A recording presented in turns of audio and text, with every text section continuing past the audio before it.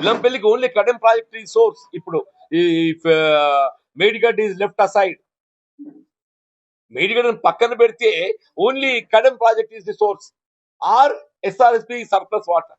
ఇప్పుడు SRSP surplus water కానీ కడెం కానీ ఏదైతుందో మనం పొందలేని పరిస్థితులలో వృధా పోయేటువంటి ఒక ప్రాణహిత నది జలాలను మళ్లింపు చేసుకుని వాటి వాడుకోవడం మన హక్కుగా భావించేది ఇస్తుందో ఆయన రాజశేఖర రెడ్డి గారు తుమ్మడి హట్టి వద్ద బ్యారేజీ నిర్మాణం చేసి నీళ్లు మళ్లింపు చేయాలని భావించారు. అది 152 మీటర్స్ సాధ్యం కాదు అని 148 మీటర్స్ కు మరి కేసీఆర్ గారు ముఖ్యమంత్రి అయిన తర్వాత ఇది 148 మీటర్ కు ఇది ఒప్పందం, దిగువ మేడిగడ్డ 100 మీటర్లకు ఒప్పందం చేసుకొని మరి మేడిగడ్డ 100 మీటర్తో నిర్మాణం చేసింది మేడిగడ్డ. అసలు whatever are the reason, అది నిర్మాణ లోపమా ఇంతవరకు ఏదైతుందో మేడిగడ్డ బ్యారేజ్ రెస్టరేషన్ ఆలోచన లేదు. ఇంతవరకు మేడిగడ్డ బ్యారేజ్ రెస్టరేషన్ ఆలోచన లేదు.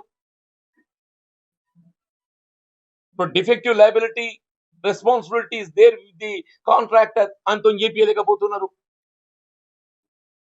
మరి కాంట్రాక్ట్ చేయించలేకపోయినట్టయితే ప్రభుత్వం చేంజ్ చేయదు. Go for recovery, you can go for criminal prosecution. ఇప్పుడు దేవుడు దయచేసి ఏదైతుందో మనకి 2 సంవత్సరాలు మన ప్రకృతి సహకరించింది, రేపు సహకరించాలని లేదు. రేపు నిజంగానే నిన్న ఏదో మీడియాలు చూస్తే ఎల్లినో ప్రభావం ఏదో సంథింగ్ సమ్ మీడియా వస్తే ఎలక్ట్రానిక్ మీడియా ఎల్లినో ఏంటి ఎల్లినో ఈ సంవత్సరం ఎల్లినో ప్రభావం ఉండే అవకాశాలు ఉన్నాయి, కరువు తాళం ఇంటొచ్చు అని చెప్పి ఎలక్ట్రానిక్ మీడియాలో గమనించిందని చెప్పి అంటున్నా.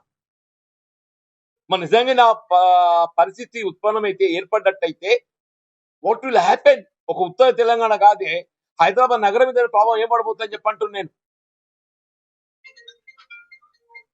హైదరాబాద్ నగరం మీద ప్రభావం ఏ విధంగా పడబోతుందని చెప్పంటున్నాను నేను.